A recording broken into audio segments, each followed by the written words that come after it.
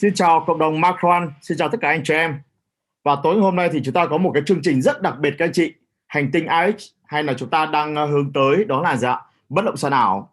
Và trong ngày hôm nay thì chúng ta sẽ được lắng nghe sự chia sẻ đến từ một người đại diện từ công ty các anh chị nhé. Để chúng ta hiểu sâu hơn về hành tinh AX và để chúng ta có chiến lược phát triển ở trên thế giới nói chung và ở Việt Nam nói riêng các anh chị. Và bây giờ thì Huy đang là share đường link cho tất cả anh chị em. Thì chúng ta sẽ được lắng nghe. Ok. Như vậy thì tối hôm nay là một buổi tối rất là đặc biệt các anh chị.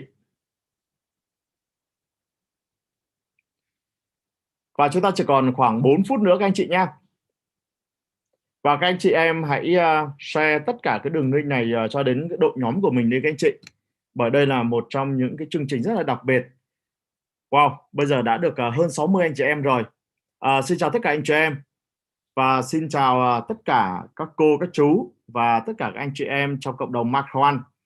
Và nhân tiện ngày hôm nay, đó là ngày đầu tháng, Huy chúc cho tất cả cô chú và anh chị sức khỏe, bình an, thịnh vượng và chúng ta bảo vệ cơ thể chúng ta được tốt để sao để chúng ta phòng chống dịch Covid các anh chị. Và trong ngày hôm nay thì Huy biết có rất nhiều cô chú anh chị em ở trong thành phố Hồ Chí Minh, đúng không ạ? Và ở các tỉnh miền Nam thì chúng ta hãy nâng cao sức đề kháng bằng cách là chúng ta hãy chuẩn bị nước cho mình các chị nhé. Và tập thể dục và đeo khẩu trang khi ra bên ngoài, và đặc biệt nếu chúng ta không có việc gì thì hạn chế ra bên ngoài. Và đây là một trong những cái đại dịch rất là lớn, nếu như chúng ta hợp tác với chính phủ, đúng không ạ, thì chúng ta sẽ ngăn chặn được cái cơn dịch này, còn không có thì nó sẽ lan đi khắp nơi. Và có một cái điều mà Hồng Huy biết được là khi mà dịch ấy thì số lượng người thì cũng chưa phải là nhiều các chị, nhưng ảnh hưởng đến nền kinh tế, ảnh hưởng đến tất cả anh chị em trong gia đình hay là cho cộng đồng thì rất là lớn các anh chị. Nên là chính vậy chúng ta hãy cùng nhau cầu nguyện các anh chị, và để làm thế nào cho Sài Gòn không bị phát sinh thêm các anh chị nhé. Và bây giờ thì đang có khoảng 100 anh chị em rồi, rất là tuyệt vời các anh chị. Chỉ còn 2 phút nữa thôi các anh chị.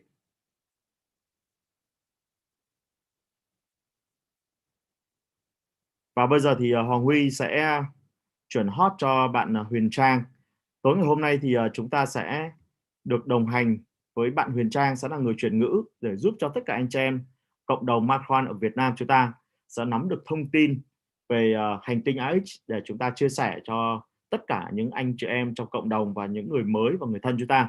Và chúng ta biết là đây là một cái chiến lược rất là lớn các anh chị, và đây là một trong những cái chiến lược mà nó sẽ làm bùng nổ và sẽ tạo ra hàng trăm triệu thành viên Kawan trên toàn thế giới các anh chị.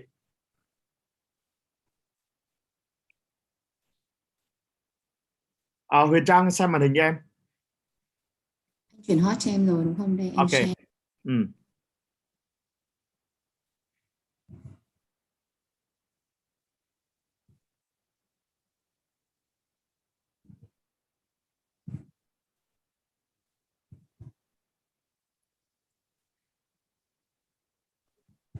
Wow, đã khoảng 200, gần 200 anh chị em rồi. Huyền Trang để cái màn hình lớn như Huyền Trang. Vâng.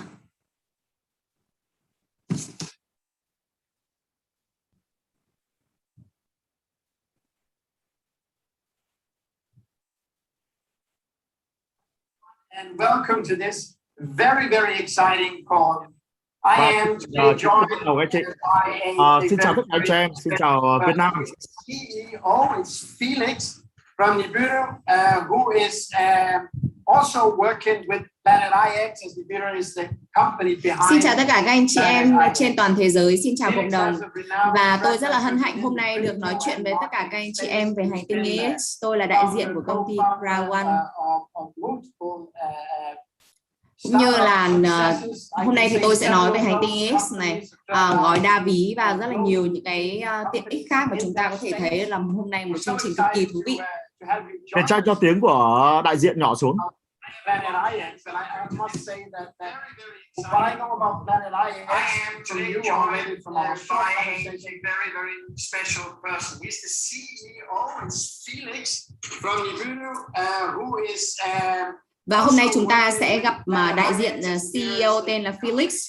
Felix là CEO của chương trình Hành Tinh X, cũng như là kiến trúc sư của nền kinh tế đồng tiền ảo. Và Felix Vincent sẽ cho chúng ta một góc nhìn tổng quan làm thế nào để chúng ta có thể thâm nhập sâu và rộng vào thị trường bất động sản ảo Hành Tinh EX, cũng như là gói đa ví và những tiện ích khác để chúng ta có thể thúc đẩy công việc kinh doanh đấy của chúng ta. Và tôi cực kỳ hạnh phúc được nhìn thấy các bạn tham gia với buổi họp Zoom của tôi ngày hôm nay, để thấy được các bạn dành cho chúng tôi một sự quan tâm cực kỳ đặc biệt, và công việc kinh doanh này thực sự nghiêm túc với tất cả các bạn. Và chúng ta không thể nào mà chúng ta ngồi im để có thể chờ đợi tương lai điều gì sẽ xảy đến với chúng ta, bởi vì tương lai cực kỳ tươi sáng đang chào đón chúng ta. Cảm ơn vì đã giới thiệu tôi là Felix. Và ngay từ khi mà công ty cho ra mắt Hành Tinh EX thì tôi rất là vinh dự được tham gia vào cái việc xây dựng và đặt nền móng. Bây giờ tôi sẽ nói về các cái thông tin, các cái tiện ích, cũng như là những điều thú vị mà chúng ta có thể học hỏi được từ Hành Tinh EX. Và chúng ta rất là vui mừng.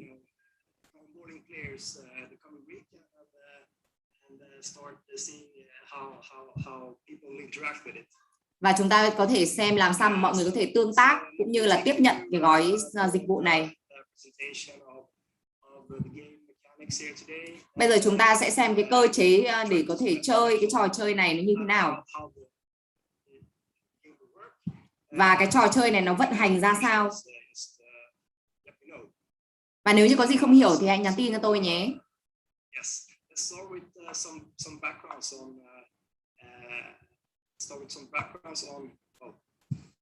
Bây giờ chúng ta sẽ bắt đầu với một cái thông tin cơ bản nhé.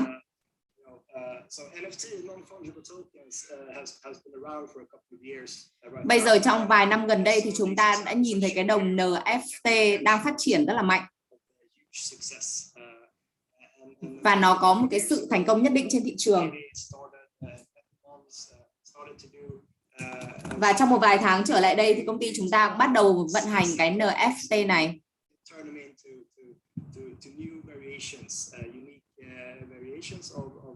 Và tôi phải nói đây là một sự tiến hóa rất là mới cũng như là bắt kịp thời đại.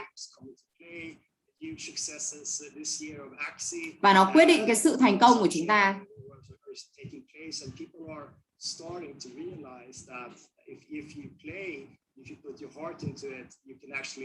Bởi vì mọi người bắt đầu nhận ra rằng nếu như mà họ tham gia vào trò chơi và họ là một phần của trò chơi thì họ bắt đầu đặt trái tim và khối óc của họ vào trong đó.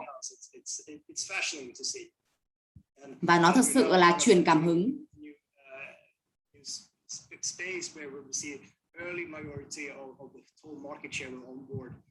Và chúng ta có thể nhìn thấy thị trường ở trên cái bảng giá trị.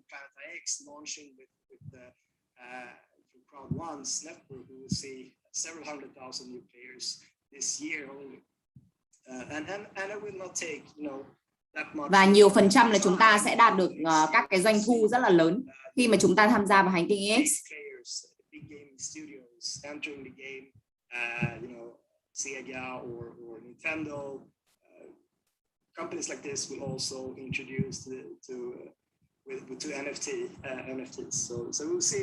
Có rất là nhiều công ty để cho ra mắt cái NFT này nha, các bạn chú ý.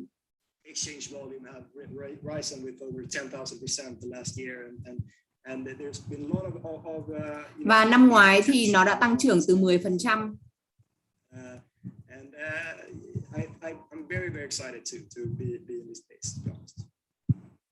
Sorry, you said how many percent did it grow with? Over 10,000%. It's been ridiculous actually. Vâng, và cái con số tăng trưởng của nó là 10.000% nha. Straight up. So 2020 and 2021 has been amazing for this kind of và trong năm 2020 cũng như 2021 thì con số này sẽ tiếp tục tăng trưởng.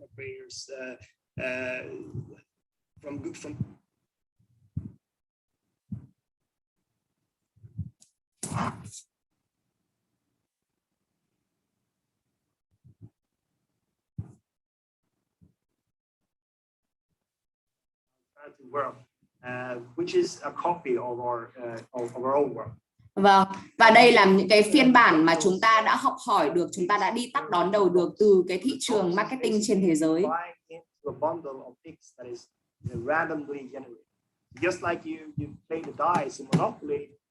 Giống như kiểu là chúng ta chơi cái trò chơi xúc xắc đó.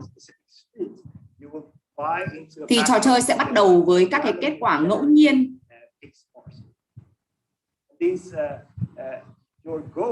Just like the goal in Monopoly is to obtain several grids and then start to develop them. Your goal in Planet IX is to. Và khi mà chúng ta có những cái lợi nhuận vàng nhất định thì chúng ta bắt đầu tham gia vào IX và chúng ta bắt đầu đầu tư nhiều hơn và chúng ta phát triển nó.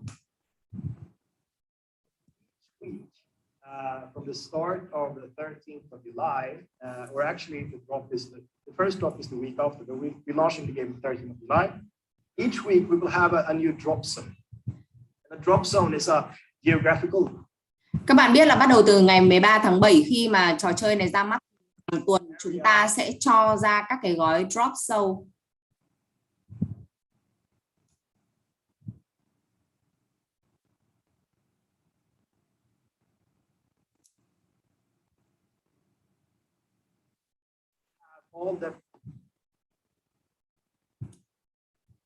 Và các cái gói drop này nó làm việc như thế nào? Chúng ta hiểu các cái gói drop này nó như cái rơi, có nghĩa là công ty sẽ trả hoa hồng và lợi nhuận nhiều. Các bạn cảm tưởng như là một cơn mưa ấy, một cơn rơi xuống, nó đổ xuống ấy. Thì đây là gói drops mà công ty muốn giới thiệu đến chúng ta. Ở đây thì hành tinh X thì sẽ có các cái gói picks huyền thoại legendary, hay là gói picks landmark, những là danh lam thắng cảnh, những cái vị trí đắc địa, những cái vùng đất bất động sản ảo mà nổi tiếng. Và địa điểm là ở châu Á. Với cái gói mix pack chúng ta có cái gói hỗn hợp, đây là gói thông thường và nó có cỡ M. Tức là cỡ M ở đây chúng ta hiểu là cái gói này nó đang ở tầm trung nha các anh chị em. Và hãy nhớ là chúng ta có hai dạng. Một dạng là Pix huyền thoại dành cho các cái trung tâm đô thị tư bản của thành phố. Và cái gói về Pix về danh lam thắng cảnh dành cho những cái nơi như là Bắc Băng Dương, sa mạc hay là những cái vùng đất mà nó đặc biệt, đúng không ạ? Anh Huy ơi, bên anh Huy có nghe được âm thanh không? Bên em hình như là bị mất âm thanh từ Thụy Điển.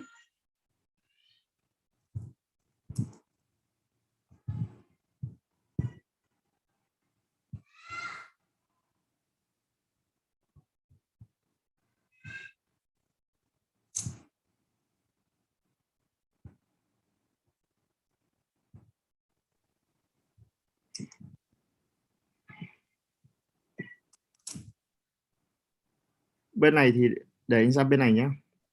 Anh xem bên đấy có nói được không? Mà bên Thụy Điển hình như bị nghẽn mạng rồi.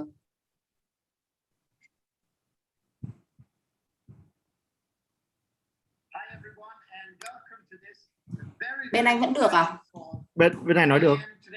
Đấy được. Để anh tắt đi để anh xem màn hình cho. Vâng, anh share đi. Chuyển hot cho anh. Also working with Planet IX, as Peter is the company behind Planet IX.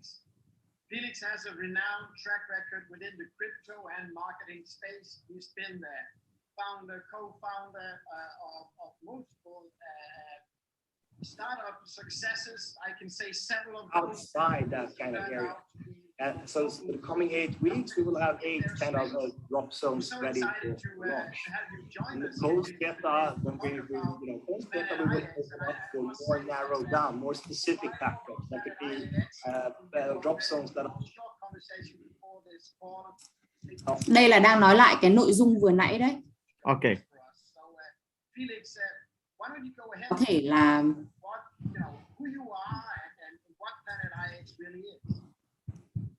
nhưng mà tiếng nhỏ. Thanks for having me. Yes, I'm Felix and the COO of Nibiru. Đây là đăng lại từ đầu đây anh Huy ạ. Developing the game of Planet IX. And we are Xin set chào up. tất cả các anh chị em, tôi là Felix và tôi là CEO của trò chơi, cũng như là tôi là kiến trúc sư về kinh tế trong đồng tiền ảo. And this is done possibly without with Crowd1 network, which is our catalyst into launching this game. So và ở đây chúng ta không chỉ nói về cái mạng lưới của Crowd1 mà chúng ta cũng nói về các cái phần ra mắt sản phẩm cũng như là các cái trò chơi và dịch vụ của công ty. Và lại làm thế nào để mọi người có thể khác với nhau trong trò chơi. A broad presentation of the game mechanics here today, and và hôm nay chúng ta sẽ nói về cơ chế của trò chơi. How the game will work. Và chúng ta sẽ tìm hiểu xem là trò chơi này nó vận hành như thế nào. Yes, let's start with some backgrounds on. Let's start with some backgrounds on. Và bây giờ chúng ta sẽ xem một số những cái thông tin cơ bản về nó. It's so NFT ở bên phải các anh chị em sẽ nhìn thấy thị trường cổ phiếu chạy từ con số 0 cho đến 100%, 0, 25, 50, 75, 100%. Và ở dưới thì chúng ta sẽ thấy đầu tiên là Innovator 2,5%, tức là những sản phẩm mà mang tính chất sáng tạo là 2,5%. Early Adopter là những cái phần mà được chấp nhận sớm là 13,5%. Early Majority 34%, tức là đa số mà được chấp nhận sớm. Và Late Majority là đa số nhưng mà muộn 34%. Và chúng ta sẽ thấy Laggas là 16%. Ở đây chúng ta chơi là để có lợi nhuận và đạt đến các cái cấp độ cao hơn cũng như là tìm kiếm những cái chất lượng tốt hơn. Get rewarded for it, get paid out in if it's either, Và chúng ta đang nhìn cái sự so sánh giữa đồng NFTs. We're now kind of entering a new space where we see early majority of the whole market share on board, and I mean just looking at Planet IX launching with through Crowd1's network, we will see. Thế cho nên chúng ta có thể nhìn thấy cái vị trí của hành tinh IX trong công ty Crowd1 nó chiếm một cái cổ phần lớn như thế nào. At the time, maybe next year we will see, the big players, the big gaming studios entering the game. Trong năm tới thì chúng ta sẽ nhìn thấy cái người chơi chính, cái người chơi chủ đạo. Companies like this will also introduce to NFTs. So we'll see. There's a lot of things happening, and I see the market, exchange volume have risen with over 10,000% the last year, and there's been a lot of media attention around this kind of new phenomenon. Để chúng ta có thể đạt đến những cái cấp độ nổi bật về lợi nhuận. Over 10,000%. It's been ridiculous actually. It's just you should see the. Tôi biết là rất là kỳ quặc, nhưng mà năm ngoái thì chúng ta đã đạt được con số là hơn 10.000%. 2021 has been amazing for this kind of. Và trong 2020, 2021 thì con số này sẽ tiếp tục tăng trưởng phát triển. From going from having zero sales to having sales in the hundreds of thousands of dollars. So it's very cool to. Và tất nhiên là chúng ta sẽ có cái lợi nhuận là hundreds of thousands, hàng trăm nghìn đô la về lợi nhuận trong thời gian tới. That can be art, that can be video, that can be something else, but this infrastructure. Điều này thực sự là không quá khó và nó hoàn toàn có thể tiên đoán được mọi người ạ. We haven't seen the end of that possibility yet. Sounds like we're khả năng này nó rất là lớn. the right time. Yeah. So let's go into Planet IX. Và bây giờ chúng ta sẽ làm một cái phép so sánh về hai cái tính hữu dụng của cái trò chơi khác nhau. Chúng ta sẽ so sánh hành tinh IX với cả cái trò chơi độc quyền. Cái trò chơi độc quyền ở đây có thể là xúc sắc này, có thể là bài này, rồi có thể là huân chương hay là cúp, đúng không ạ? Which is situated on an alternative world. which is a copy Và of những cái trò chơi này thì tôi thấy là đối với thế giới hiện nay nó vẫn là những cái ẩn số bí mật để chúng ta có thể tiếp cận cũng như là tìm kiếm khai thác cái lợi nhuận từ nó. that is randomly generated. So just like you play the dice in Monopoly to get to đầu tiên là tôi muốn so sánh cái cách mà chúng ta mua đồng Pix. Khi mà chúng ta mua đồng Pix thì đấy nó chính là giấc mơ may mắn. Bởi vì sao ạ? Mà cái giấc mơ may mắn này nó giống như là chúng ta chơi cái trò xúc xắc. Nó rất là hên xui và nó dựa vào cái sự ngẫu nhiên. Is to get Pix parcels clusters together as many as possible, and in order for you to develop them as well. Và nó có thể phát triển càng nhiều càng có thể khi trong mà chúng ta có thể phát triển nó. The start of the 13th of July, or actually the drop is the first drop is the week after, but we launching the game the 13th of July. Each week we will have a new drop zone. And a drop zone is a geographical limit area. Nơi bắt đầu từ ngày 13 tháng 7 thì Hành Tinh X sẽ cho ra mắt, và theo đó thì gói drops là cái gói rơi tự do của cái gói Pix nó sẽ bắt đầu đi vào hoạt động, và mỗi một tuần thì chúng ta sẽ cập nhật cho nhau những cái thông tin về cái gói drops này để chúng ta thấy được cái sức nóng tăng trưởng của nó, cũng như là chúng ta cập nhật cho nhau về tình hình cũng như là thông tin về Hành Tinh X, về drops như là các cái gói tương ứng. Ở đây chúng ta có Pix Legendary huyền thoại và Pix Landmark là các cái địa điểm nổi bật. Can be located into 9 different classifications, and these are the classifications that we also see in the world. Chúng ta có các cái loại Pix khác nhau. Thứ nhất là về Pix huyền thoại thì một Pix sẽ bằng một đơn vị Pix. Thứ hai là loại hiếm. Loại hiếm thì 10 Pix sẽ bằng một đơn vị Pix. Và thứ ba là loại không phổ biến, tức là loại độc đáo, 20 Pix thì sẽ bằng một đơn vị Pix. Thứ tư là loại phổ biến thì 100 Pix sẽ bằng một đơn vị Pix. Và thứ 6 là loại outlier, là loại cực kỳ là đặc biệt thì 1000 Pix sẽ bằng một Pix, một đơn vị Pix. Sau khi cái trò chơi được chia ra bởi các cái giá trị khác nhau ở mỗi cái đơn vị Pix trong trò chơi thì nó sẽ có các cái giá trị mua bán trên thị trường giống nhau. Nó không hề có sự khác biệt, nó chỉ chênh nhau về tỷ giá và nó tùy thuộc vào cái liên kết. Ở đây chúng ta nhìn thấy cái hình ảnh địa lý của bất động sản ảo. Nó chia ra thành các cái tầng lớp và các cái mảnh đất nó được tạo thành các cái hình khối cụ thể của mỗi cái Pix tùy thuộc vào các cái liên kết tier, cái tier nha, và cái classification ở đây là phân loại. Cái tier và cái phân loại cho những thứ mà nó thuộc về, tức là nó ở cái loại nào hay là ở cái mối liên kết tier nào thì nó sẽ được phân loại đúng vào cái chức năng đó, và nó sẽ ở cái tầng lớp, tầng cấp cũng như là các cái miếng đất cụ thể. So on the map you will see like this grid here, where your Pix units are located. They are located with the green line. Bây giờ trên bản đồ thì các bạn có thể nhìn thấy là cái đầu tư Pix của các bạn đang nằm chính xác ở cái vị trí nào ở trên bản đồ. Close to you, those are ví dụ ở đây chúng ta có nhìn thấy Pix thì tương ứng với 10 nhân với 10 mét vuông. Hexagon là cái lục giác này.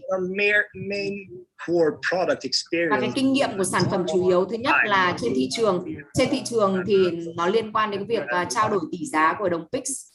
Người chơi có thể thương thảo với nhau và đây là thị trường mở. Thứ hai là về các cái thách thức.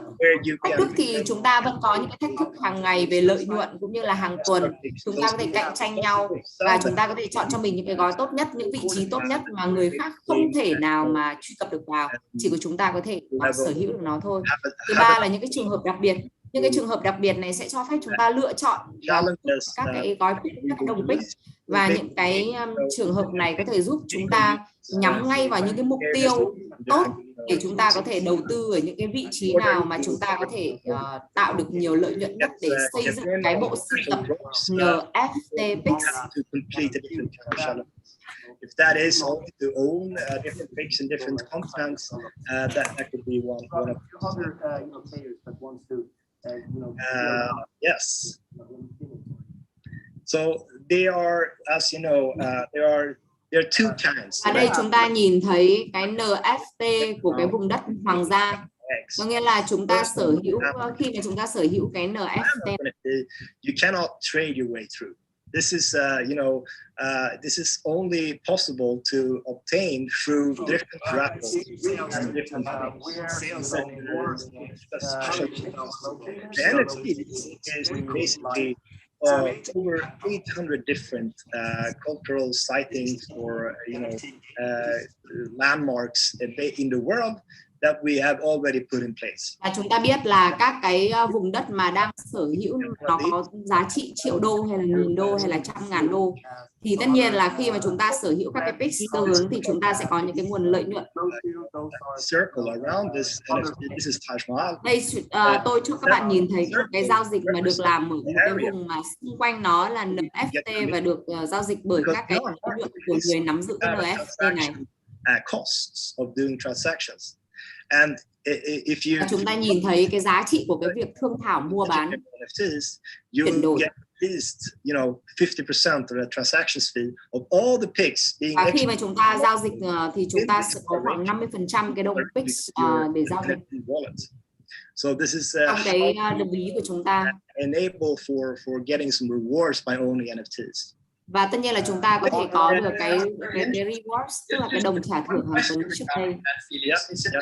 So I cannot earn them, but what I can is I can basically be lucky to receive one of these landmarks. Is that correct?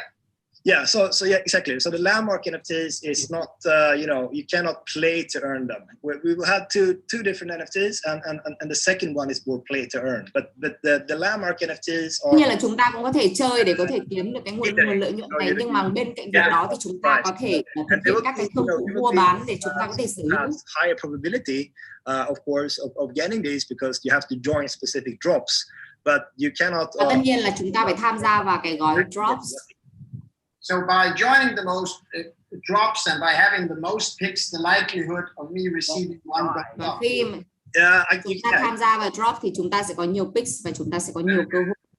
So the second part of the NFTs that is available is developing your picks parcels. Phần thứ hai của NFT là khi mà chúng ta tham gia vào cái gói mua bán Pix thì chúng ta sẽ có được bất động sản này. Cái bất động sản này thì rất là thân thiện với cả sinh thái. Thứ hai là chúng ta có các cái tiện ích về ăn ở. Nó như kiểu là gia dụng hàng hóa, chúng ta có thể trồng rừng, trồng cây hay là điều khiển quản lý đất đai. Thứ ba là chúng ta có thể tái sử dụng tái cơ cấu nó, có nghĩa là chúng ta có thể bảo tồn, bảo trì, bảo dưỡng.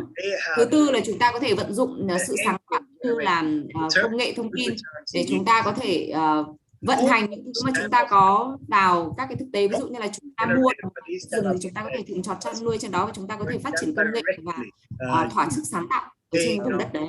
The NFT holders of these kind of NFTs that you can develop. Vâng, và đấy chính là cái gói NFT mà chúng ta có thể phát triển. So you will actually, if you are one of those, chúng ta nhìn thấy cái sơ đồ này chính là cái sơ đồ thanh khoản thanh toán từ cái việc đầu tư từ SPVS sang sang cái việc là chúng ta phát triển các cái NFT thanh khoản layout. This amount of money that we're investing in this kind of green impact funds will be quite large, and và cái phần này nó khá là lớn mọi người ạ. good chance of being rewarded greatly if you are one of the first. Khi mà chúng ta thanh khoản theo quý đối với những cái cổ there are 1.5 hay là chúng ta hoạch định các cái giá trị thì nó tương ứng với cả API dài của mỗi một cái SPV, và các cái cổ tức thì nó sẽ được chuyển đổi ngay khi mà những cái người sở hữu NFT họ chuyển đổi sang. Thế thì bây giờ chúng ta sẽ nói cái blockchain như thế nào. Cái xu hướng mà chúng ta có cái kế hoạch về tiền mặt, thứ nhất là kích cỡ của cái người sử dụng, thứ hai là cái độ sâu của nó, thứ ba là cái kinh nghiệm mà chúng ta có thể thu được lợi nhuận từ blockchain. Blockchain là một cái chuỗi chặng space, but also from the crowd one space, and we like the fact that the crypto bring deep fandom, it brings communities together to exchange ideas, to play around, and to back. Tôi nhận ra một cái điều là cái đồng cái đồng tiền ảo thì nó có cái sức hút để có thể chúng ta thúc đẩy những cái thương vụ này nó phát triển nhanh hơn và tốt hơn, cũng như là làm cho các cái cuộc giao dịch nó được thuận lợi hơn to other users. And also, I mean, blockchain improves the experience of the game. It's all about transparency, and it's a fair game approach for everybody. Nhờ blockchain thì chúng ta sẽ nhìn thấy tính minh bạch cũng như là cái sự quân chủ trong trò chơi. I mean, you cannot buy yourself into, chúng ta có thể mua cho bản thân mình đầu tư. Everybody has a fair chance here. So there's. Nó thực sự là những cái cơ hội rất là tốt. We're super excited to bring this kind of experience to Crowd One, the network, and. Nó thật sự là những cái cơ hội tốt trong cái nền kinh doanh Crowd One. Have an interesting year, definitely. So and the core product experience. Và đây chúng ta nhìn thấy các cái dịch vụ cũng như là những cái kinh nghiệm của cái sản phẩm cốt lõi. Thứ nhất là NFT thì nó sẽ mang tính chất là sở hữu minh bạch. Thứ hai là một thế giới mở. Thứ ba là DAO, và thứ tư là cái sự sự xác minh và thẩm định chính xác. And you can do whatever you want with it. And we enable these kind và chúng ta có thể làm bất cứ thứ gì mà chúng ta muốn, bởi vì ở đây tính pháp lý là rất chắc chắn. Ở đây tôi mới nói đến cái yếu tố thứ tư, khi mà tôi nói đến cái sự xác minh, đến xác minh chắc chắn, là ví dụ như là tất cả toàn bộ thế giới đều biết Mahan là gì, hay là như Việt Nam chúng ta thì chúng ta đều biết là Lăng Bác ở đâu rồi như thế nào. Những cái vùng đất đấy thì nó không cần phải xác minh nữa, bởi vì nó là luân đúng rồi. Với thế giới mở thì sao? Khi mà chúng ta tin vào cái tài sản NFT thì chúng ta sẽ đi xa hơn cái nền móng mà chúng ta đang có, và cộng đồng thì sẽ quyết định được cái việc là sẽ đi đâu và sử dụng như thế nào. Với DAO thì DAO là một cái tổ chức mà được đại diện bởi những cái nguyên tắc là được mã hóa như máy tính, chương trình máy tính, mà nó rất là minh bạch và nó được kiểm soát bởi các cái thành viên trong công ty và không ảnh hưởng đến bất cứ một chính phủ nào. Và bất kể là chúng ta sở hữu hành tinh X hay là chúng ta là người chơi khác thì chúng ta có thể kiểm soát cái việc mua bán trao đổi các cái đồng X. Very cool concept where you can interact. Tôi phải nói là đây là một trong những cái nội dung và những cái ý tưởng mà nó rất là sáng tạo, và nó mang đến cực kỳ nhiều những cái cơ hội để chúng ta không thể bỏ qua cái việc là thử sức mình together with strangers you don't know. And because you will have to set in an amount of picks, and everybody has to set in an amount of picks in order to get mọi người thì đều muốn sở hữu cái đồng X. And the ai cũng muốn sở hữu đồng X. generating for that NFT will be divided pro rata to the people adding it to the DAO. So we have là chúng ta phải biết làm sao để chúng ta có thể thêm các cái tài sản của mình ở đúng nơi và đúng mảnh đất. As the games unfolds. And I think I covered this in the earlier slides, but thế thì NFT là gì ở đây chúng ta sẽ thấy will open up a lot of new worlds, a lot of new commerces. Nó có thể là những cái hàng hóa ở trên ứng dụng, hay nó có thể là NFT, hay nó có thể là những cái hàng hóa hình như là chiếc xe đạp. why should Crowd One Network care? So it's Thế thì vì sao mạng lưới Crowd One lại phải quan tâm đến cái vấn đề này? Thứ nhất là khi mà chúng ta tham gia các cái gói sản phẩm thì chúng ta sẽ có những cái nguồn tài chính tư không giới hạn mà luôn phát triển. Thứ hai là chúng ta sẽ có một cái nguồn lợi nhuận mới, và thứ ba là chúng ta sẽ thúc đẩy cái sự hiện diện ở trên cái mạng lưới số. Capitalized to build something really sustainable here for the real world as well. So not only và tất nhiên là những cái mục tiêu này thì nó mang tính cực kỳ bền vững. Impact funds and companies. We're also, doing a lot of donations and talking to really cool, organizations. Và tất nhiên là khi mà chúng ta làm việc cho công ty thì chúng ta sẽ không bao giờ muốn nhìn thấy cái đích đến, mà chúng ta luôn muốn nhìn thấy nó vươn xa hơn. Và why do we win? vậy thì làm thế nào để chúng ta có thể chiến thắng mà chúng ta không cần phải thỏa hiệp về mặt tầm nhìn? Thứ nhất, chúng ta tạo nên một cái cơ chế thực sự là dễ dàng, thuận lợi và trả thưởng xứng đáng. Vì thế cho nên là những cái người chơi thì họ sẽ không bao giờ ngần ngại mời những người bạn của họ tham gia vào. Thứ hai là chúng ta phải luôn sáng tạo để có một cái môi trường hợp tác, nơi mà người sử dụng có thể xây dựng một cái cộng đồng tập thể mà đầu tư cùng với nhau, và các cái công ty ở hàng đầu của hành tinh X. Thứ ba là chúng ta phải minh bạch, chúng ta phải hoàn toàn minh bạch, và chúng ta phải tập trung cái sự tham gia của chúng ta dài hạn. Vì thế mà chúng ta có thể tin tưởng vào hành tinh X. Và cuối cùng là chúng ta phải cải thiện thế giới của chúng ta thông qua những cái việc cống hiến phi lợi nhuận, cũng như là đầu tư vào những cái dự án mà có ảnh hưởng xanh, tức là chúng ta phải vì sinh thái và vì môi trường. Going to invest in, throughout time. What good entrepreneurs are they? Having good, products and ở đây tôi đang muốn nói trên phương diện của những doanh nhân. Khi mà chúng ta là những doanh nhân, chúng ta phải có những cái năng lực, và chúng ta phải có những chất đạo đức mà những nhà doanh nhân cần có. Transparency, we are all about transparency, all the NFTs, all the revenues, all the từ đầu đến giờ chúng ta làm việc với nhau thì chúng ta luôn minh bạch. We have the game book is laid out. We're constantly adding, content and guides and videos to explain it in more detail. Và tất cả những cái nội dung của công ty cũng như là của trò chơi thì chúng ta đều hiểu, và mỗi khi mà chúng ta có một cái sự chuyển đổi thì chúng ta đều cập nhật cho nhau. And lastly, again, I think once players understand that this is a game, but through playing this game, I also contribute to a better world. Khi mà chúng ta hiểu đấy là một trò chơi thì chúng ta có thể giới thiệu nó ra và quảng bá nó ra khắp thế giới để cái người chơi không bao giờ bị giới hạn. A lot of talk shows, we will have a lot of shows where we talk about what's in for Planet X. We're also inviting. Khi mà chúng ta thuyết trình hay chúng ta nói về hành tinh X thì không bao giờ chúng ta có thể bỏ qua được tầm quan trọng to collaborate with us. So we have a cool thing going. Đấy là một trong những cái điều rất là tuyệt vời. Ở đây tôi cho các bạn xem slide về lộ trình. Hiện tại thì chúng ta đang ở quý 3 năm 2021. Với quý 2 thì chúng ta đang ở quý 2 năm 2021, tức là tháng 4 năm 6. Thì chúng ta ở mức phát triển trò chơi và sơ đồ hóa trò chơi. Ở quý 3 thì chúng ta cho ra mắt hành tinh X bắt đầu từ tháng 7, tháng 8, tháng 9. Vào quý 4 là tháng 10, tháng 11, tháng 12, lấn sang đến tháng 1 năm 2022 thì chúng ta sẽ mở cửa cái thị trường trò chơi.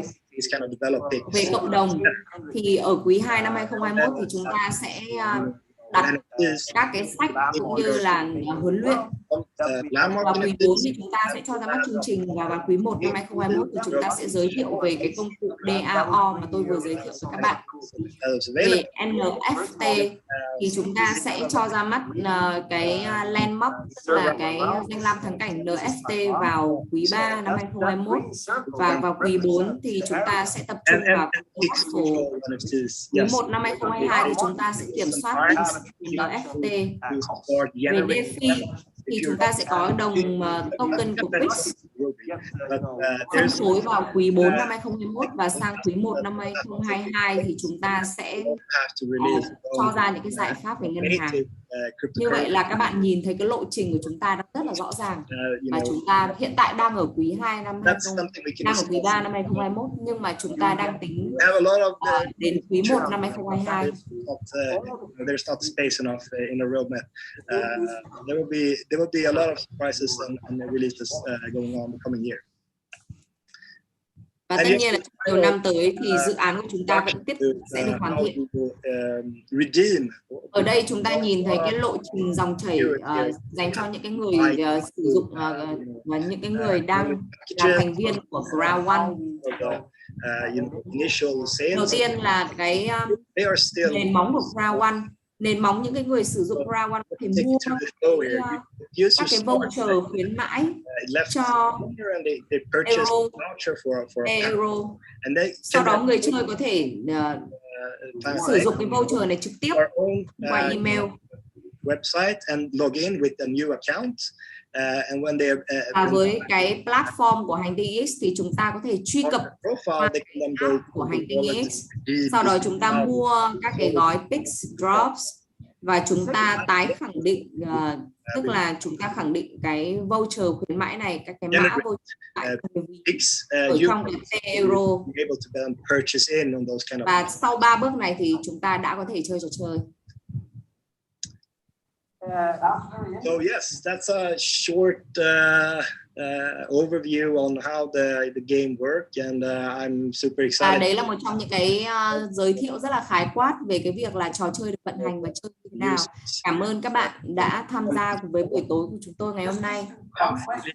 Before I try to do a summary of all the information, I couldn't help myself. I was sitting taking a lot of notes of what you said, and I have a few questions that we've been asked from our audience to sort of better understand somewhat the NFT market and somewhat Planet IX. So if you just bear with me for a couple of minutes. Tôi chỉ có một câu hỏi cuối cùng là bạn có thể nói cho những khán giả trên toàn thế giới biết được rằng nói tóm lại thì trò chơi này nó như thế nào và các cái thông tin cơ bản nhất, khái quát nhất của nó. Và những cái tầm nhìn. I think the NFT market has been growing immensely the coming years. Tôi nghĩ là thị trường thì vẫn đang phát triển không giới hạn. Also within our space is the play to earn. I mean, tất nhiên là trong cái không gian của chúng ta thì thị trường vẫn tiếp tục mở rộng. Selling goods with true ownership and with the digital certifications as an NFT is. Với cái nền tảng số hóa. Why it's growing in popularity within gaming is because people love games. People love to play games. Bởi vì cái bản chất là ai cũng yêu trò chơi, ai cũng muốn được giải trí và ai cũng muốn được xả stress.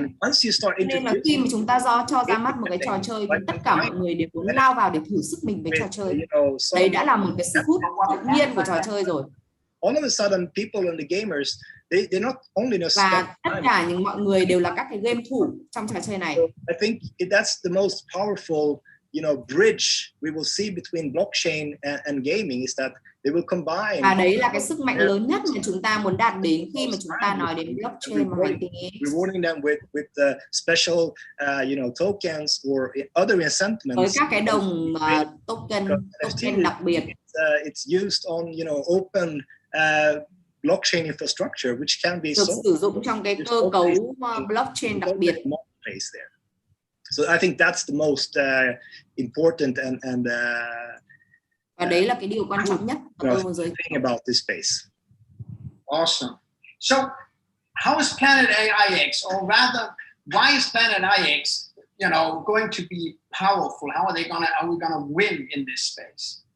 Thế thì hãy nói cho chúng tôi biết là làm thế nào để Hành Tinh X sẽ trở nên mạnh mẽ hơn và nó sẽ đạt được ở cái vị trí thống lĩnh ở trên thị trường. Network marketing company in the world, and it's a catalyst for us to just help onboard all these players, all these users into bridging them over to NFT-based gaming. And there's tất cả những cái người chơi và người sử dụng họ sẽ biết được các cái giới hạn của họ out there, and they are tapping on some of the like mechanics that we are, Họ chỉ cần truy cập vào tìm hiểu và họ biết được vị trí của họ đang ở đâu và họ cần gì. It's a trading game, and people in what we understood. Và họ sẽ thích ứng vào trò chơi để trò chơi tương tác lại với họ. All entrepreneurs that understands mechanics of game theory. Tất cả các doanh nhân thì đã hiểu cái cơ chế của trò này rồi. Well spent and wants to earn money.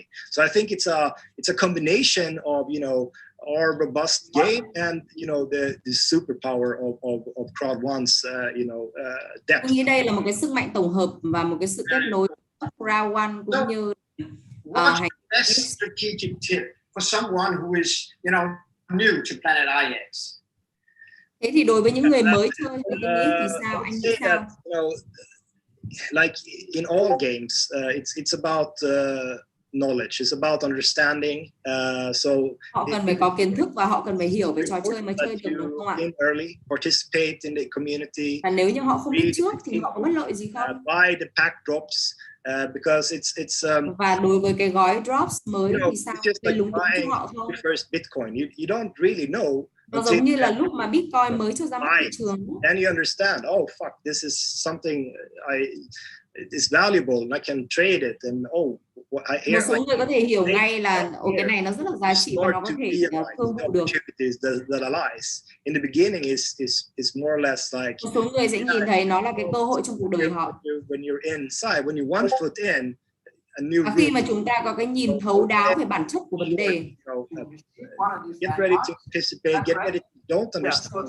Chúng ta sẽ sẵn sàng để tham gia và đồng hành cùng nó. Out there already, there's already community members stepping up and helping everything. And a lot of new material, a lot of new guides and content will be filled in the coming weeks. Bởi vì chúng ta đều biết là thị trường nhà đất thì có những cái giá trị riêng của nó. Và chúng ta phải xác định được cái tiềm năng và cái năng lực của nó. You learn to swim in water, you learn to ride a bike on a bike, and it's like you got to get in it to understand it and appreciate it. So thank you for that tip. Next question is, how is the value generated in Planet IX? Vâng, thế thì cái giá trị tổng quát của nó như thế nào ạ? Two kinds of value mechanism here. The one is, through the marketplace. There you can sell the picks that you have, gotten generated through the backdrops directly to other users. That's one way to earn money. You sell picks to people who wants to aggregate them, who wants to own them in clusters. You maybe have a strategy like, I only want to... Bởi vì khi mà chúng ta giải phóng ra những cái năng lượng thì chúng ta sẽ tìm thấy những cái giá trị mà chúng ta muốn hướng tới. Maybe you sell the rest. That's one way you can earn, some picks. Chúng ta có thể thu được lợi nhuận từ nhiều nguồn mà chúng ta vận dụng các cái gói voucher cũng như là các cái gói khuyến mại của công ty.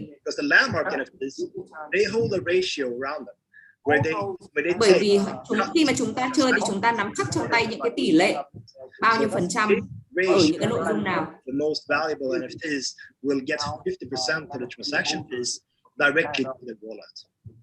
And the last part, để chúng ta có thể tiến thẳng đến mục tiêu. Develop picks the NFTs, where when you have traded away through a control, as we call them, you can then exchange that picks control. Khi mà chúng ta có thể kiểm soát, that will get quarterly dividends paid up to them by the real world assets we already invested in initial pick sales. So there's a lot of mechanics here, but there's maybe three options to get some. Có rất là nhiều cơ chế ở đây, nhưng mà ở đây chúng ta có 3 sự lựa chọn. Sounds very good. Now, many people wonder also, what's going to happen, Felix, once all the picks are sold? Thế thì ở đây tôi muốn hỏi là there's a lot of picks. There's 1.5 trillion picks, give or take. We will be open about that number in the game book. Là chúng tôi thì luôn mở rộng cái số lượng người chơi, chúng ta không bao giờ giới hạn người chơi. Two different numbers. We have to get that fixed. But around that, and it will take at least a year for us to sell out. Bởi vì mỗi một cái số lượng mà chúng ta bán ra thì chúng ta đều mong muốn là chúng ta sẽ bán hết trước cái thời hạn mà chúng ta đặt ra. of people joining in our early, grader. So khi mà chúng ta càng tham gia sớm thì chúng ta lại càng có nhiều cơ hội. Chúng ta cái sức lựa chọn của chúng ta lại càng lớn. It will take some time. We will also see. But we will make sure that. Và tất cả những cái điều này thì không cần phải kiểm chứng bởi vì chúng ta đều nhìn thấy rõ. You can see how many picks have been sold of the total, how many. Và bây giờ các bạn có thể nhìn thấy rõ là bao nhiêu đồng picks đã được bán ra và bán ra với cái mức độ nhanh như thế nào. So to sum up, from the picks will be only NFTs. So the whole Planet IX world will in the end only be NFTs because everybody wants to develop them and generate them. So bởi vì là có thể nói ngắn gọn là tất cả mọi người thì đều muốn mua và đều muốn phát triển cái đồng. But I guess the real question, once the picks are sold, it's not the end of the game. It's more like the beginning of the full NFT process and everything. Yes, I mean, of course, we have. Chúng ta đều hiểu là mọi thứ thì đều đang bắt đầu vào trò chơi thì mới bước vào giai đoạn bắt đầu thôi. Coming years Và trong nhiều năm tới hay nhiều thời gian tới thì tất nhiên là trò chơi sẽ còn phát triển. Starting to pop up. I mean, the baseline, the mechanics, and everything is set. But we still have features that we haven't really released yet. So the game is just starting to develop when the NFTs are starting to get placed out. Và tất nhiên là chúng ta phải có một cái niềm tin chắc về cái độ phát triển trò chơi. If you join in late, you missed a lot of the good stuff. It's not like that. Bạn ơi, nếu như mà các bạn tham gia muộn thì các bạn biết là các bạn sẽ bỏ lỡ rất là nhiều những cái điều tuyệt vời, nhiều những cái điều thú vị, cũng như là bỏ lỡ nhiều những cái gói khuyến mại hay là gói sản phẩm mang tính chất thúc đẩy. Very cool. So, how do you see the next sort of like 6 to 12 months unfold for Planet IX and any changes? Trong vòng 6 đến 12 tháng tới thì hành tinh X sẽ phát triển như thế nào? We are just trying not to under deliver or underperform. We have a huge data set of users coming in now through crowd ones. Hàng ngày thì chúng ta đang có hàng nghìn người tham gia vào crowd one cũng như là chơi cái trò chơi hành tinh X, và chúng tôi đang rất là cố gắng để không bao giờ bị bỏ lỡ hay là để chậm tiến trình của trò chơi, cũng như là luôn tạo cơ hội hay là ở văn phòng giúp ích và giúp việc đắc lực cho tất cả những thành viên của công ty. Make sure that the game is stable before we start doing transactions. Và chúng tôi luôn ở đây để cam kết rằng trò chơi mang tính chất bền vững và phát triển dài. Tokens involved, and that could. We have to be secure about things. But I mean, chúng ta có thể vững vàng ra mắt về thế giới. Introducing DAOs and the possibility of a native token and so forth is super excited, and I can't wait to get there. But và chúng tôi rất là nóng lòng muốn nhìn thấy cái tốc độ phát triển nhanh hơn và mạnh hơn. Making a friendly first impressions and live up to the expectations. Và đầu tiên là chúng ta phải nói đến những cái con số rất là ấn tượng khi mà trò chơi còn chưa ra mắt thì nó đã có những cái sức nóng và khẳng định nhất nó trên thị trường. How is it beneficial for me? How can I spend time, etc. So chúng ta nhìn thấy là lợi nhuận đến với mỗi một cá nhân thì nó lớn như thế nào. We want to have a smooth onboarding because this is a new game. This is a new kind of concept for a lot of people. Tôi phải nói là đây là một nội dung mới, một trò chơi mới, mọi thứ đều rất là mới lạ với mọi người. Space yet, so it's all about getting people comfortable with the concepts and the mechanics. Và cái điều quan trọng là phải giúp mọi người cảm thấy thoải mái và cảm thấy dễ dàng truy cập vào trò chơi. In focus of all of this, most companies would be attempted to talk about themselves and their excitement, whereas your focus is really so customer driven. It's nice to see. Listen, I got 2 more questions for you, and then I'm going to attempt to summarize all of the information that we got on this call. So one is, Felix, I hear a rumor that a super PAC is coming up around, the launch of the exchange. Tôi muốn tóm tắt lại là trò chơi này sẽ sớm cho ra mắt. Planet IX exchange. Can you confirm that? Yeah, I can confirm. I mean, we have some great contributors early on that believes in the vision of. Vâng, và bây giờ chúng ta biết là có một vài những cái nhà đầu tư cũng như là những cái người mà có thể đóng góp xây dựng nền móng cho Hành Tinh X rất là tốt, cho nên là Hành Tinh X sẽ ra mắt đúng hạn. You know that you know regular packs doesn't have a grant is. Và những cái gói thông thường tất nhiên là chúng tôi sẽ cố gắng để vẫn tiếp tục phát triển nó. In order to get into those pack drops, you know, on the normal play, normal packs, they will have to contribute, they will have to make challenges, they will have to complete challenges. Và chúng ta vẫn phải tiếp tục cống hiến và đương đầu với những thử thách. Drops can just for an example be, you know, legendary NFT is included in that drop. It's a raffle that includes one of those prestigious NFTs. Bởi vì những cái thủ tục thì nó sẽ luôn được tối giản để đơn giản và dễ dàng. Very good. Now let's see if I can sort of summarize all of what we got here, and I may be a little bit overly excited. Do correct me if I am way wrong here. So first of all, Planet IX is like Monopoly. Just not only played on, you know, on a Saturday night with your family or your friends, but it's like an ongoing Monopoly. So I may win on a Tuesday and I may lose on a Wednesday. I may even have a bad spring and I can come back in the fall, over winter. So, you know, it's an ongoing. Chúng ta đều biết là something that I thì can không phải là chỉ dành cho một cái khối số lượng những cái người chơi nhất định, không phải chỉ dành cho gia đình chúng ta chơi, anh chị em, bố mẹ, bạn bè, mà chúng ta thậm chí có thể mở rộng hơn cả những cái đối tượng khác, thậm chí những cái đối tượng mà chúng ta không biết, chúng ta đều có thể cho họ để họ có thể tham gia vào Hành Tinh X, và con số thành viên thì không bao giờ giới hạn. I'm very impressed with how this game connects to the real world. She got an online world.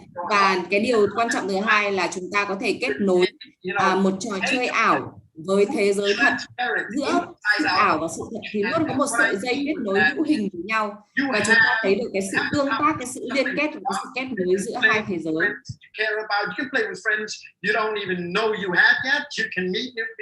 Cái điều thứ ba là chúng ta biết chắc chắn là chúng ta đang làm gì, chúng ta đang ở đâu và chúng ta đang thu được những cái gì. Tất cả những cái đó đều hiện hữu rất là thật. When I say for all, it's not for the people playing the games. Since these are environmental products, you know, people who will never. Cái điều thứ tư mà tôi muốn nói là nó không phải chỉ là một trò chơi mà nó còn là một môi trường.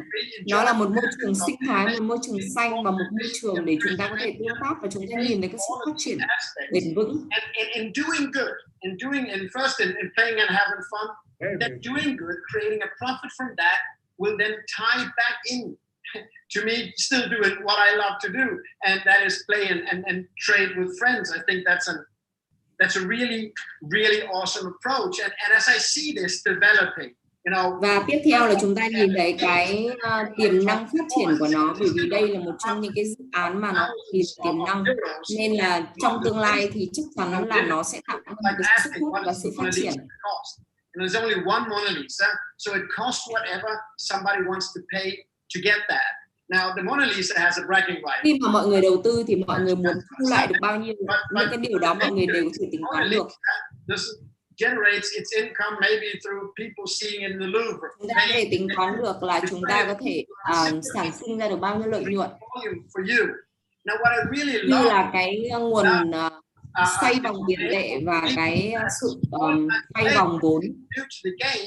To hook up with some big guys, and the way it is normally in the world is that chúng ta có thể kích hoạt cái gói sản phẩm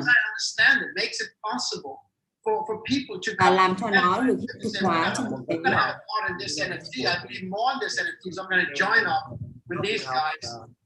Và vì thế cho nên chúng ta có thể tham gia vào các cái gói sản phẩm càng sớm càng tốt và nhận lấy cho mình những cái cơ hội.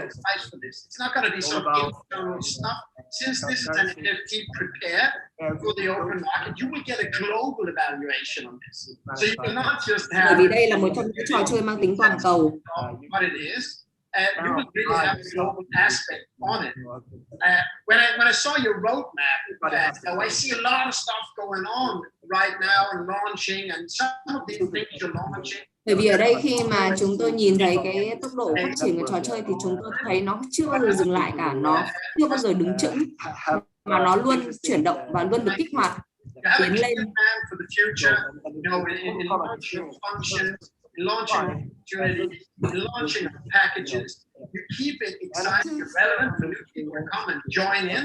And you keep it Để exciting tất cả mọi người đều có thể gia nhập vào. Through the crowd one community. It's no joke. You know, 32 million people around the world joined up by now. Vâng, với 32 triệu thành viên trên toàn thế giới. Trong thời gian tới chúng ta còn tiếp tục mở. Success in this, and it's like you know, people attract people. Chúng ta biết là mọi người đi thu hút mọi người, chúng ta có một cái lực hút, lực hấp dẫn với nhau. Vì vậy chúng ta có thể giới thiệu cho nhau và chúng ta có thể quảng bá và cùng nhau chơi trò chơi. I don't think there's anyone who really comes close to the expansion, and it seems like the development of trong tương lai thì nó sẽ không bao giờ đi chậm đâu ạ. I also must touch on the super PACs. The super PAC seems extremely exciting to get into, and why are those PACs exciting? They're exciting to people who want to come in. They're exciting to people who said, you know, I really want to have all the advantages of this game, but they're also exciting to me. So even if I have a small package, because everyone joining.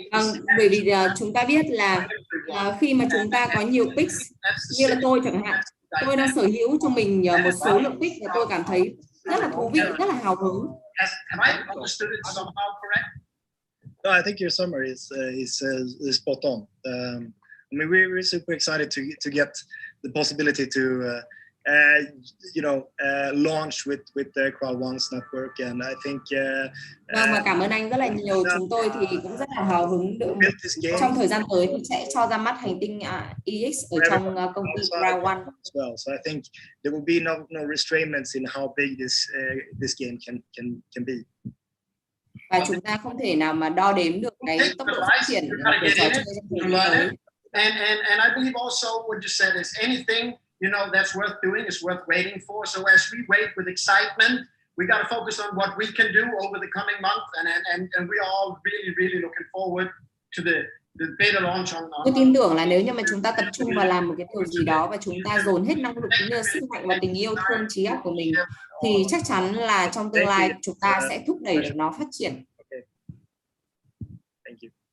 Xin cảm ơn mọi người đã tham gia vào cuộc họp Zoom ngày hôm nay cập nhật về hành tinh X. You did awesome. Ok, trong buổi ngày hôm nay thì chúng ta thấy là rất là tuyệt vời. Thứ nhất là các anh chị em hãy sở hữu đồng Bridge. Thứ hai nữa là hành tinh X thì nó là gọi là bất động sản ảo các anh chị nhé. Có là nó thuộc vào các cái trò chơi và những miếng đất, nhưng mà nó là dạng bất động sản ảo. NFT này để làm gì? Nó là một dạng công nghệ blockchain để được mã hóa những cái bức tranh, hay là mã hóa các cái trò chơi, hay là mã hóa những cái miếng bất động sản, nên là nó rất là giá trị các anh chị. Và ngày hôm nay thì chúng ta đã tham gia cuộc họp để sao để chúng ta hiểu được về hành tinh AX, hiểu được về NFT, và chúng ta hiểu được cái giá trị về đồng pitch. Và cái điều quan trọng nhất là đây là một trong những chương trình mới, cộng thêm là chúng ta đang là những người tiên phong, nên chính vậy thì mọi thông tin và các cái ngôn từ các anh chị nó rất là mới, và có thể các anh chị không hiểu được thì chúng ta nghe đi nghe lại rồi chúng ta sẽ hiểu, đúng không ạ?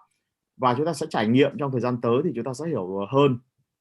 Và đừng quên là ngày mai lúc 19 giờ chúng ta sẽ có chương trình đào tạo của thầy Peter. Và khi mà chúng ta có được kiến thức của thầy Peter và có được tư duy thì chúng ta sẽ thành công một cách dễ dàng hơn. Và hẹn gặp lại các anh chị vào tối ngày mai lúc 19 giờ để chúng ta tham dự khóa học của thầy Peter các anh chị nhé. Hãy nâng cấp bản thân mình mỗi ngày để mình có tư duy, có kiến thức, để mình phát triển, để mình dẫn dắt chính mình và dẫn dắt cho hệ thống, đúng không ạ? Và một lần nữa thì Hoàng Huy xin kính chúc cho tất cả anh chị em và cộng đồng Macron nhân ngày mùng 1, đúng không ạ? Sức khỏe, bình an và cùng nhau phòng chống đại dịch Covid, và hãy nâng cao cảnh giác, có nghĩa là hãy tự bảo vệ mình bằng cách đeo khẩu trang, hạn chế ra ngoài đường và nâng cao sức đề kháng lên các chị. Và sắp tới thì chúng ta sẽ có vaccine rồi thì nó sẽ tốt hơn cho tất cả mọi người. Và cảm ơn tất cả anh chị em và chúc cho mọi người có một giấc ngủ ngon. Hẹn gặp lại các anh chị vào tối ngày mai lúc 19 giờ để chúng ta đến với chương trình của thầy Peter. Xin chào. Xin chào anh Huy và xin chào tất cả các anh chị em. Một lần nữa cảm ơn Huyền Trang rất là nhiều.